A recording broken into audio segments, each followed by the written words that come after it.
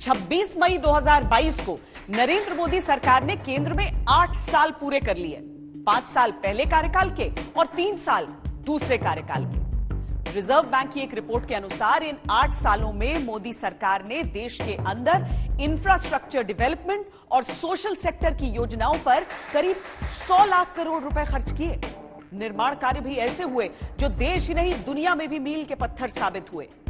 विश्व रिकॉर्ड बनाती प्रतिमाएं बनी, लंबे लंबे ब्रिज बने, पहाड़ों को काटकर सुरंगें बनी, धर्म स्थलों का पुनरुद्धार हुआ। सच है, देश की तरक्की का पैमाना उसके निर्माण कार्य ही होते हैं। मोदी सरकार के 8 साल पूरे होने पर देखिए हमारे साथ ये खास पेशकश।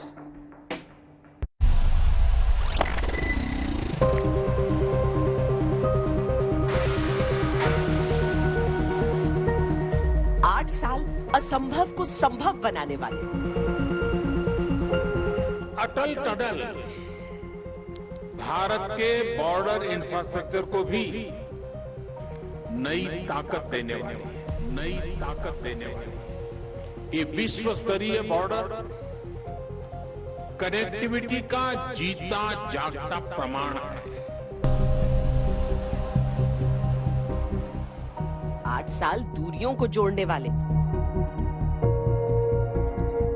हिंदुस्तान के लिए गर्व का विषय है, हिंदुस्तान का सबसे लंबा ब्रिज आसाम के दूसरे छोर पर बन रहा है। अरुणाचल प्रदेश और आसाम को ये ब्रिज जोड़ दे रहा है, निकट ला रहा है। बोगीबील रेल रोड ब्रिज देश का सबसे लंबा रेल कम रोड ब्रिज है।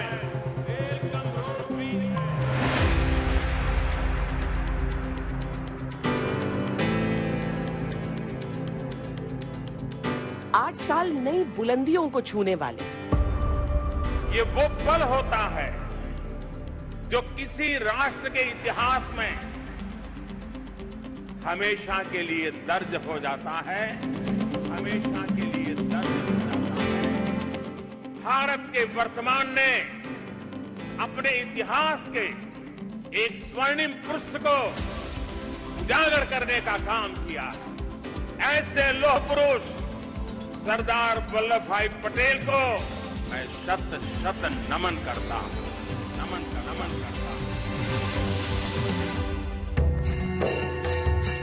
8 साल वैभवशाली अतीत के पुनर्निर्माण वाले।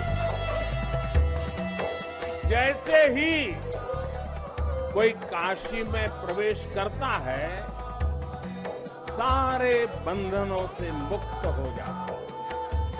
विश्वनाथ धाम का ये पूरा नया परिसर एक भव्य भवन भर नहीं है, ये प्रतीक है हमारे भारत की सनातन संस्कृति।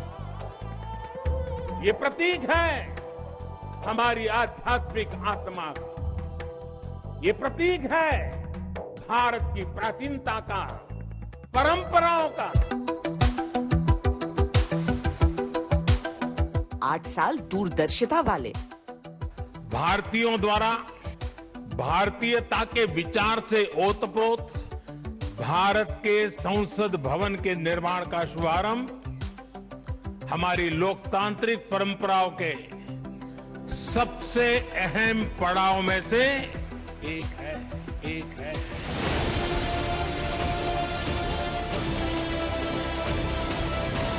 8 साल विपदाओं पर विजय वाले। समय सीमा में तीर्थ क्षेत्र कैसा होना चाहिए, यहां के पुरोहितों के लिए व्यवस्था कैसी होनी चाहिए, उन्होंने जो मुसीबत झेली है उससे भी अच्छी शानदार जिंदगी उनको मिले, इसके लिए कैसा प्रबंध किया जाए,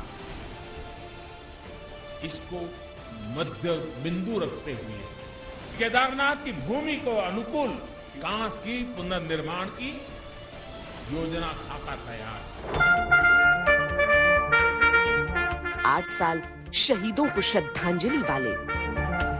राष्ट्र के मान के लिए वीर वीरांगनाओं के सम्मान के लिए, आपके लिए, आपके परिवार के लिए, आपका ये प्रधान सेवक हमेशा राष्ट्रहित को सर्वोपरि रखते हुए ही फैसले लेगा। 8 साल राष्ट्र निर्माण वाले। हमने तय किया कि इन कालखंड में 100 लाख करोड़ रुपया, 100 लाख करोड़ रुपया आधुनिक इंफ्रास्ट्रक्चर के लिए लगाएगा।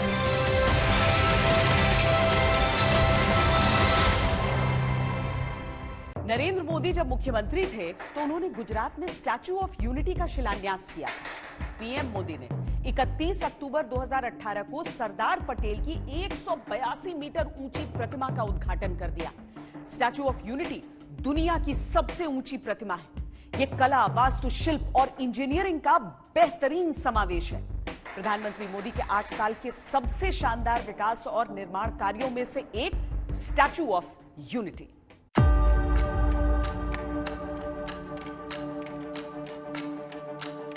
दुनिया की ये सबसे ऊंची प्रतिमा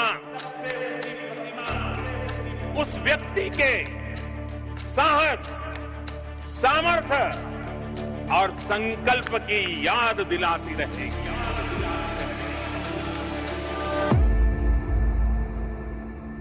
ये केवल एक प्रतिमा नहीं है, ये 182 मीटर ऊंचा एक ऐसा विचार है जो भारत के लौह पुरुष का सर्वोच्च सम्मान है। स्वतंत्रता के बाद रियासतों को जोड़ने वाले सरदार पटेल, देश के पहले गृह मंत्री और लौह पुरुष कहलाने वाले सरदार पटेल, जितने ऊंचे उनके सिद्धांत और आदर्श, उतनी ही ऊंची उनकी स्मृति में बनाई गई उनकी लौह धातु की प्रतिमा।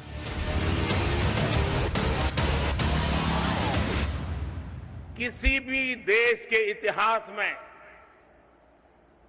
ऐसे अवसर आते हैं जब वो पूर्णता का एहसास कराते हैं।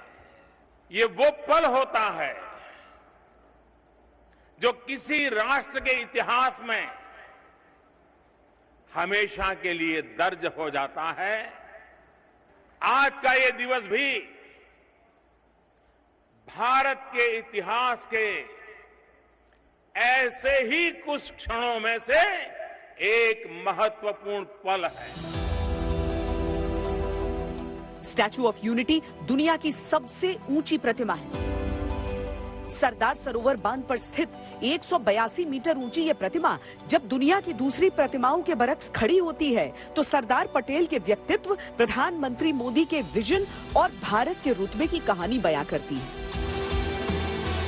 स्टैच्यू ऑफ यूनिटी का उद्घाटन पीएम मोदी ने 31 अक्टूबर 2018 को किया।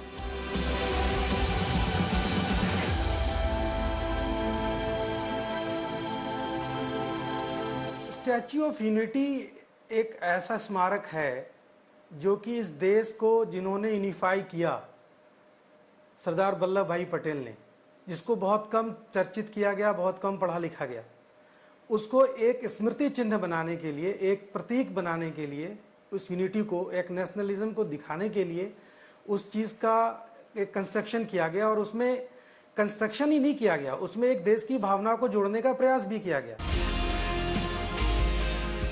सरदार पटेल की प्रतिमा की नींव प्रधानमंत्री मोदी ने 2013 में रखी थी जब वो गुजरात के मुख्यमंत्री थे। मूर्ति के लिए लाखों टन लोहे की आवश्यकता थी। उन्होंने आह्वान किया कि लोग लोहा दान करें। किसान बढ़ चढ़ कर आगे आए। किसानों से मिट्टी मांगी गई थी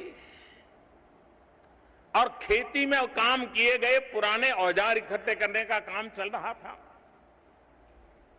जब देश भर के लाखों गांवों, करोड़ों किसान परिवारों ने खुद आगे बढ़कर इस प्रतिमा के निर्माण को एक जन आंदोलन बना दिया। स्टैच्यू ऑफ यूनिटी में 85% तांबे का इस्तेमाल किया गया है।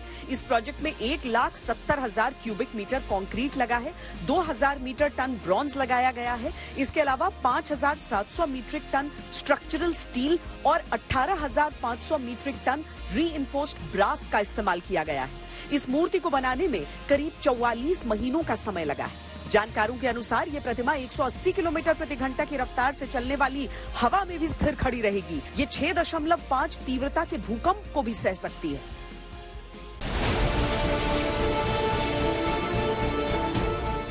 स्टैच्यू ऑफ यूनिटी के निर्माण में 3,000 करोड़ रुपए का खर्च आया है। जनवरी 2022 तक स्टैच्यू ऑफ यूनिटी देखने के लिए 75 लाख से ज्यादा पर्यटक देश विदेश से आ चुके थे,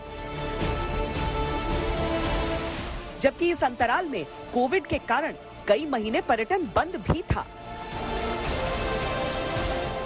एक तिरंगे झंडे के नीचे हिंदुस्तान देख रहे हैं, उसका श्रेय सरदार वल्लभ भाई पटेल को जाता है।